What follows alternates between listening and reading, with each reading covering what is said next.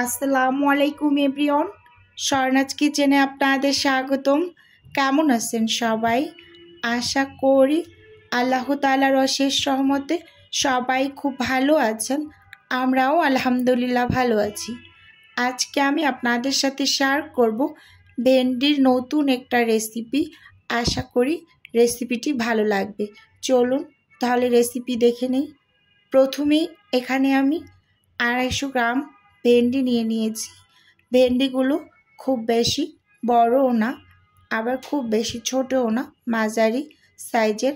বন্ধুরা, বাজার থেকে যখন আপনারা ভেন্ডি কিনে নিয়ে আসবেন তখন ভেন্ডিগুলো কচি কিনা সেটা চেনার জন্য ভেন্ডির যে পিছন সাইডটা আছে সেটা এভাবে হাত দিয়ে একটু ভেঙে নেবেন।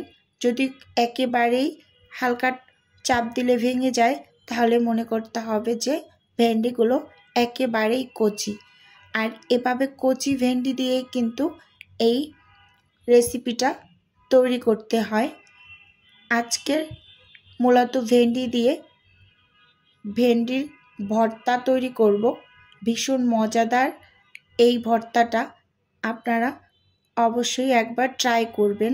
এখন তো একেবারে ভেন্ডির ভরা মৌসুম চলছে, কম বেশি সবার বাসাতেই কেনা হয়। ভেন্ডিগুলোকে এই যে এখন ধুয়ে নিয়ে আসলাম। ভেন্ডির যে কোনো রেসিপি করার আগেই কিন্তু ভেন্ডিগুলোকে আমরা খুব ভালোভাবে ধুয়ে পরিষ্কার করে নিই। কেটে নেওয়ার পর কিন্তু কখনোই ভেন্ডি ধুয়ে নেওয়া যায় না, তাহলে খুব বেশি পিচ্ছিল হয়ে যায়। এখন সাইডে রেখে এখন আমি ভেন্ডির মাথা এবং পিছনের যে অংশটা এটা এই যে কেটে নিচ্ছি। আর বড় সাইজের যেটা সেটা মাঝখান থেকে 2টা টুকরো করে নিচ্ছি। দেখুন বন্ধুরা, আসলে এই ভেন্ডি বা ঢেঁড়স এই ভর্তাটা ভীষণ মজার। অনেক অঞ্চলে তো ভেন্ডি দিয়ে যে ভর্তা তৈরি করা যায় এটা জানিই না। আমাদের বরিশাল অঞ্চলে ভেন্ডির এই ভর্তাটা খুবই জনপ্রিয়, সবাই খুব পছন্দ করে। এই ভর্তাটা মূলত আমি আমার মায়ের থেকে শেখা। মায়েদের রেসিপি তো সব সময় খুব বেশি মজার হয়। আমি যখনই ভেন্ডি নিয়ে আসি বাসায় 2-4টা হলেও মাঝে মাঝে এভাবে ভর্তা বানিয়ে খেয়ে নেই। খুব বেশি মজার হয় ভর্তাটা। আমি আমার পাশের এক প্রতিবেশীকে খাইয়েছি, সে বলেছে যে তারা কখনোই এভাবে ভেন্ডি ভর্তা করে খায়নি, সর্বপ্রথম খেয়েছে। তাই বলছি, যারা কখনোই খাননি একবার হলেও এভাবে এই ভর্তাটা বানিয়ে খেয়ে দেখবেন। আশা করি ভীষণ ভালো লাগবে। কথা বলতে বলতে বন্ধুরা, আমি ভেন্ডিগুলোকে মাথার অংশ এবং পিছনের অংশ কেটে নিচ্ছি। এরপর এগুলোকে আমি সেদ্ধ করে নেব। আজকে যে বন্ধুরা আমি ভিডিও শেয়ার করছি আপনাদের সাথে, মনটা কিন্তু ভীষণ খারাপ। তার মাঝেও ভিডিও শেয়ার করতে হচ্ছে, কারণ যেহেতু একদিন পর আমি ভিডিও শেয়ার করি, তাই হঠাৎ করে এরকম একটা দুর্ঘটনা যে হয়ে যাবে এটা কিন্তু আসলে আমরা কেউ কখনো কল্পনাতেও ভাবতে পারি না। সকালে বাচ্চাগুলো স্কুলে গেল আর কখনোই বাসায় ফেরা হলো না বন্ধুরা। যাই হোক, এখানে ভেন্ডিগুলোকে কেটে এই যে আমি বাটিতে তুলে নিয়েছি। এখন এখানে আমি একটা প্যান নিয়ে নিয়েছি। ভেন্ডিগুলোকে প্যানের ভিতরে দিয়ে দিচ্ছি। আর সেই সাথে এখানে আমি একটা মগ দিয়ে 250 ml মতো পানি দিয়ে দিলাম। এই পানিটা দিয়ে ভেন্ডিগুলোকে আমি ভালোভাবে সেদ্ধ করে নেব।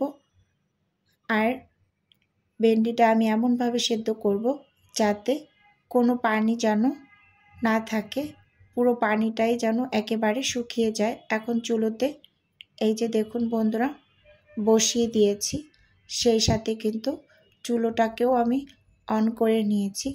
চুলোটা মিডিয়াম আছে রেখে ভেন্ডিগুলোকে আমি সেদ্ধ করে নিচ্ছি।